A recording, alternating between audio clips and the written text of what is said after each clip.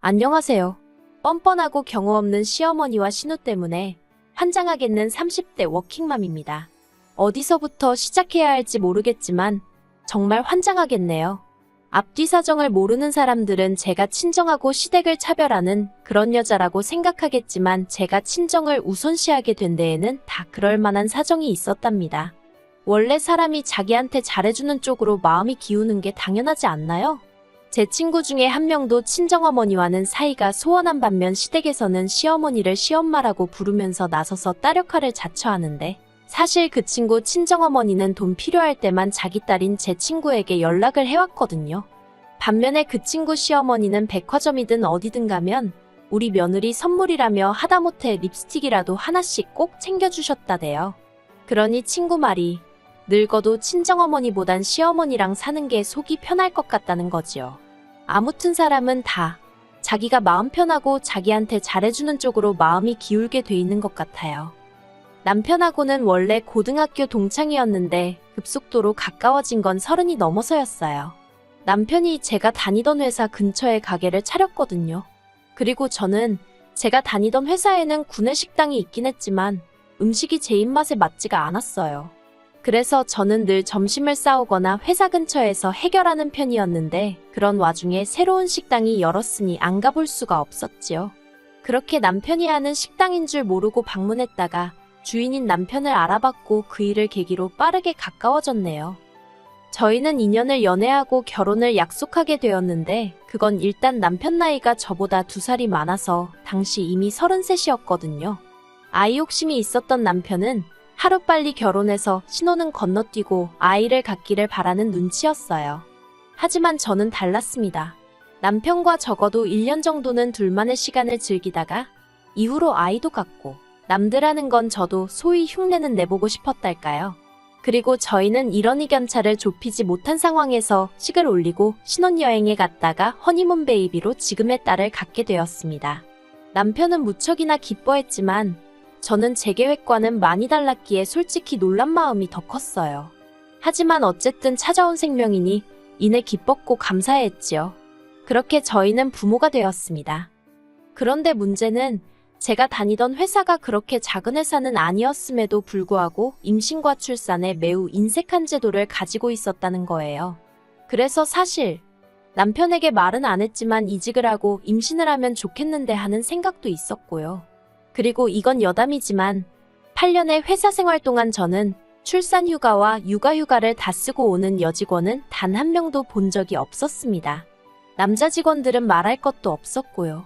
그래도 그동안 직장에서 보여준 제 퍼포먼스가 나쁘지 않았던 덕분에 출산 휴가는 그럭저럭 3개월 꼬박 다 쓰게 되었어요.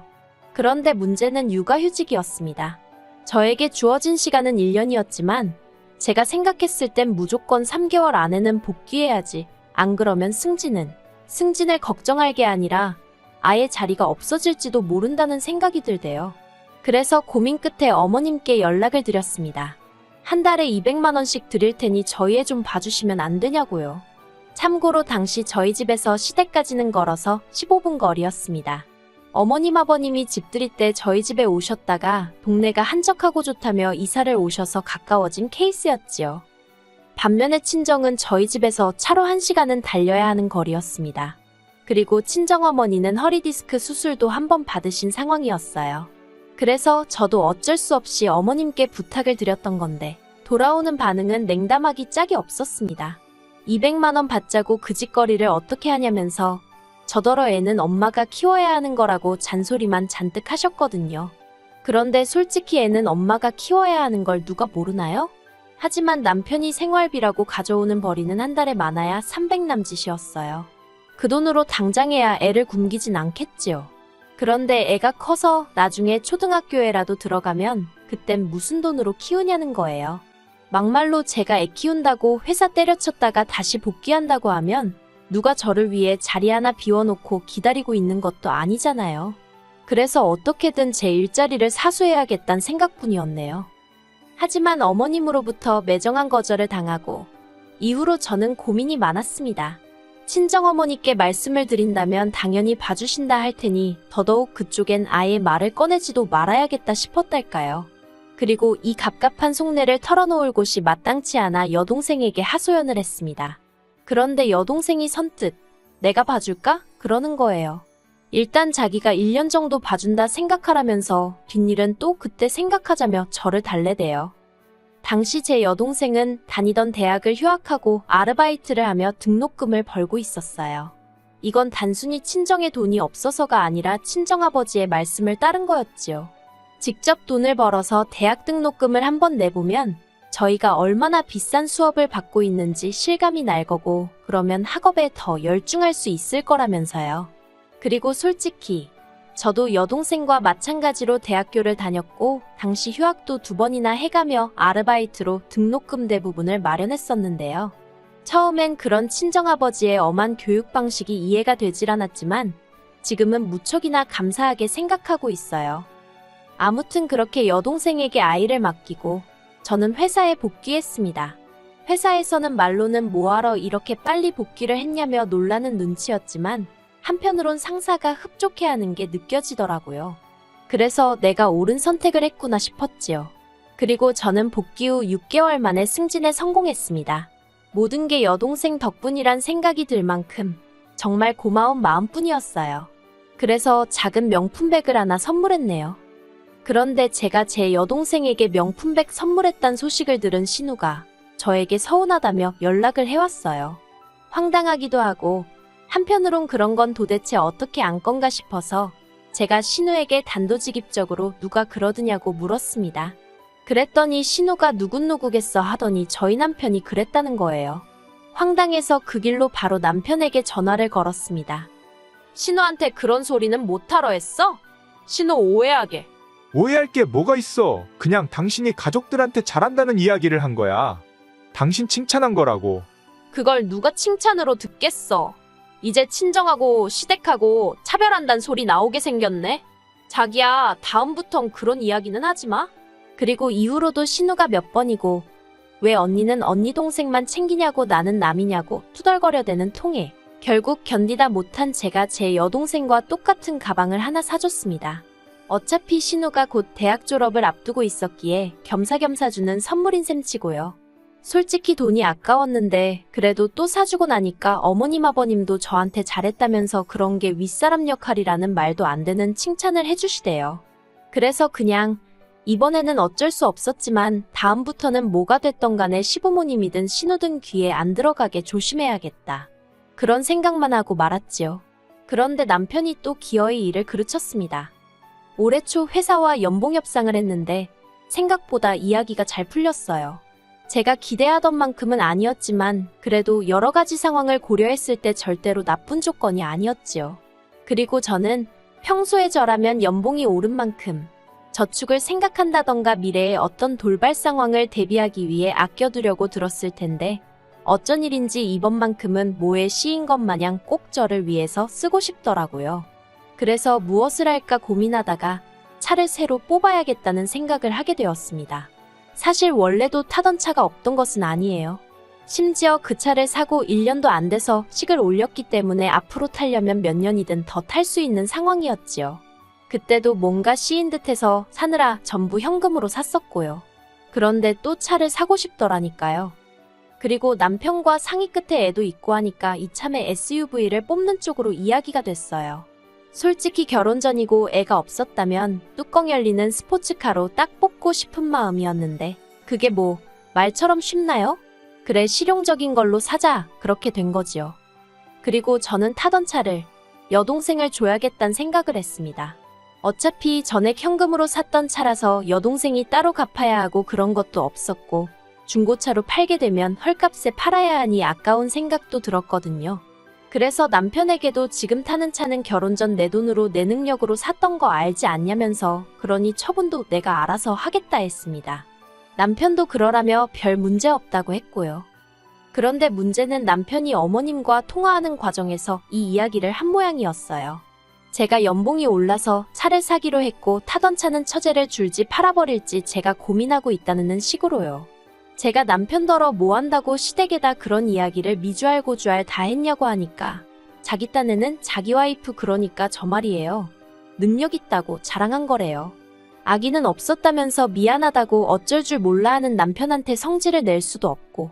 하지만 솔직히 여러 가지로 상황이 번거로워졌습니다. 어머님께서 저한테 연락을 해오셨거든요. 하시는 말씀이 타던 차는 사돈 처녀 주지 말고 시누이 주라대요. 솔직히 좀 황당했어요. 뜬금없이 왜 시누 이야기가 나오는 건가 해서요. 그래서 제가 왜 시누를 주냐고 누군가를 주게 되면 제 여동생 줄 거라고 딱 잘라 말씀드렸습니다. 동생이 안 받겠다고 하면 팔 거고요 하고 덧붙이니 그걸 왜 제 마음대로 제 멋대로 정하느냐고 어머님이 펄쩍 뛰시대요. 통화를 하면 할수록 짜증만 나는 상황이었습니다. 솔직히 제가 차 살 때 어머님이 1,000원짜리 한 장 보태주신 것도 아니면서 어째서 저한테 이래라 저래라 하시는 건지 그리고 왜 제가 그 말을 따를 거라고 생각하시는 건지 여러 가지로 이해가 되질 않았지요. 그리고 솔직히 확신이 없어서 남편을 비롯한 그 누구한테도 말은 안 했지만 시부모님도 차가 없으셨거든요. 그래서 그냥 큰맘 먹고 시부모님 탓이라고 드릴까 그런 생각도 아닌 게 아니라 진지하게 생각 중이었어요. 그런데 어머님이 먼저 전화해서 이래라 저래라 하시니까 그런 마음은 온데간데 없이 싹 사라지대요. 어머님은 저에게 제 차는 신어주는 걸로 알고 있겠다는 억지를 쓰시며 제 확답을 받으려 하셨고 그런 어머님께 지친 제가 적당히 좀 하시라고 안 된다고 나름대로 매몰차게 대꾸하고 전화를 끊어버렸습니다. 그러자 어머님이 남편에게 전화를 해서 뭐라고 하신 건지 남편한테도 전화가 오기 시작했어요. 계속 무시하다가 그만하라고 한마디 하려고 전화를 받았는데 남편이 한껏 신이 나선 헛소리를 하대요. 저더러 하는 말이 처제 생각이 제일 중요한 거 아니겠냐면서 그래서 자기가 처제한테 그러니까 제 여동생한테 전화를 해서 물어봤답니다. 그러니까 제 동생은 차를 받으면 좋기야 하겠지만 자기가 지금 아르바이트 하면서 용돈 벌고 학비 벌고 그러는데 차를 어떻게 유지하겠냐면서 안 받아도 괜찮다고 했나 봐요. 그래서 남편이 그러면 차는 자기 여동생이 받아도 되겠냐고 제 여동생한테 물어봤더니 그러라고 했다나요? 그 이야기를 듣는데 정말이지 어머님도 그렇고 남편도 그렇고 다들 제정신인가 싶더라고요. 그래서 제가 차 아무도 안 줄 거고 막말로 두 대 놓고 내가 기분 따라 번갈아 가며 타면 그만이라고 그러니 김칫국 좀 적당히 마시라 했습니다. 그러자 이번엔 남편이 자기 체면이 어떻고 하면서 저더러 신우가 남이냐입니다. 처제한테는 매번 돈 아까운 줄 모르고 퍼주기 바쁘면서 제가 자기 여동생 그러니까 신우한테는 너무 야박하대요. 어이가 없어서 친정에서 나한테 써주는 마음 씀씀이랑 시댁에서 나한테 써주는 마음 씀씀이는 같냐고 되물었습니다. 뭐든지 오는 만큼 가는 법인 거 몰랐냐는 말과 함께 말이에요. 그리고 이 이야기는 아니나 다를까 다시 어머님 귀에 들어갔고 집안은 난리가 났어요. 어머님이 저더러 내가 너한테 못해준 게 뭐가 있냐 하시면서 저더러 그까짓 중고차 한 대 가지고 아주 집안을 쑥대밭을 만든다고 유세도 보통 유세가 아니라며 한껏 빈정대셨거든요. 하지만 저도 억울한 게 남편만 조용히 입 다물고 있었다면 애시당초 이렇게 커질 일이 아니었습니다. 오히려 결국 일이 순리대로 풀려서 제 동생이나 시부모님이 제 차를 갖게 되었을 거고 그렇게 서로서로 기분 좋게 마무리되었을 거예요. 하지만 제가 이런 상황 속에서 무엇보다 실망을 했던 건 남편이 보여준 태도 때문이었습니다. 남편은 저에게 미안해하는 것 같으면서도 계속해서 어머님과 신우 편에 서서 제가 마음을 바꿨으면 하는 기색을 내보였거든요. 자기 여동생이 나이가 28살인데 직장도 없는데 차까지 없으면 솔직히 남들이 보기에 얼마나 한심해 보이겠냐는 말도 안 되는 변명을 해가면서까지 어떻게든 제 차를 자기 여동생에게 주고 싶어하는 마음이 너무 꼴보기 싫었습니다. 신우는 대학을 졸업한 뒤 공무원 시험을 준비하고 있다는 핑계로 몇 년째 백수 생활을 이어가고 있었어요. 그런 신우에게 차 한 대 가지고 있다는 사실이 남들 눈에 얼마나 대단해 보일지. 솔직히 제가 신우라면 있는 차도 없는 척하는 게 차라리 마음이 편했을 것 같은데 말이에요. 하지만 신우가 자기 인생 자기가 알아서 사는 거니 제가 그런 걸 가지고 몰래만에 그런 소리는 안 하겠습니다. 다만 뭐가 되었건 간에 자기 능력 안에서 해결을 해야지. 왜 어머님의 남편까지 나서서는 28이나 먹은 신우 기분을 맞춰주려고 야단법석인지 이해할 수가 없었지요. 게다가 신우는 자기가 이미 주변 사람들한테 새언니가 차를 준다고 했다며 자랑을 다 해놨는데 이를 어쩌냐면서 제 앞에서 눈물을 보였어요. 제가 그냥 사정이 생겨서 새언니가 못 준다 하더라고. 그러면 될 거 아니냐고. 너무 속상해하지 말라고 달래보려고도 했지만 소용이 없었네요. 울고 짜며 나이갑도 못하더라고요. 결국 참다 못한 제가 남편한테 애만 아니면 정말 이혼했으면 좋겠다고 해버렸어요. 어쩌면 사람이 그렇게 생각이 짧고 경솔할 수가 있냐고 지금 이 꼬라지 좀 보라고요. 그리고 남편도 다행이라고 해야 할지 시간이 갈수록 신우가 하는 짓을 보고는 처제 그러니까 제 동생이랑 왜 저렇게 다른가 싶더랍니다. 처제가 나이가 더 어린데 왜 내 여동생이 더 철딱서니 없이 저럴까 한심하단 생각이 들었다나요. 그리고 시어머니가 저한테는 씨알도 안 먹히니까 하루에 3번, 4번씩 남편한테 전화해서 저 좀 설득 좀 하라고 보채셨나 봐요. 그러니 남편도 처음엔 어머님하고 신우 편을 들었는데 갈수록 이건 아니다 싶더랍니다. 그러면서 저한테 자기가 경솔했다고 미안하다고 먼저 숙이고 들어오더라고요. 그간 시댁 식구들 때문에 제가 서운했을 거는 자기가 미처 생각을 못했다나요. 갑작스러운 남편의 사과에 솔직히 조금 황당하긴 했지만 그래도 자기 딴에는 어떻게든 상황을 수습해보려는 것 같아서 당분간은 없던 일처럼 지내보려고요. 그리고 그 일로 신우는 자기 입으로 말하길 저한테 대박 실망했다면서 저랑 당분간 안 보고 살고 싶다대요. 고마워요, 아가씨. 어머님은 신우 마음을 풀어주려면 뭐 작은 선물이라도 하나 해줘야 하는 거 아니냐 하셨는데 저는 먼저 나서서 신우 마음 풀어줄 생각이 없어요. 솔직히 저 시집 오고서 두 사람은 제 생각을 얼마나 해줬다고 툭하면 가족이 어떻고 친정하고 차별하지 마라 어쩌고 그러는데 그 소리 안 듣고 지내도 된다 생각하니까 속이 후련할 뿐이에요. 물론 어머님이나 신우나 뭐 평생 안 보고 살 수는 없을 테니 내버려두면 언젠간 순리대로 되겠지요. 그래도 그날이 올 때까지 저는 그냥 제 마음 헤아려주고 저를 위해주는 사람들하고 잘 지낼 생각입니다.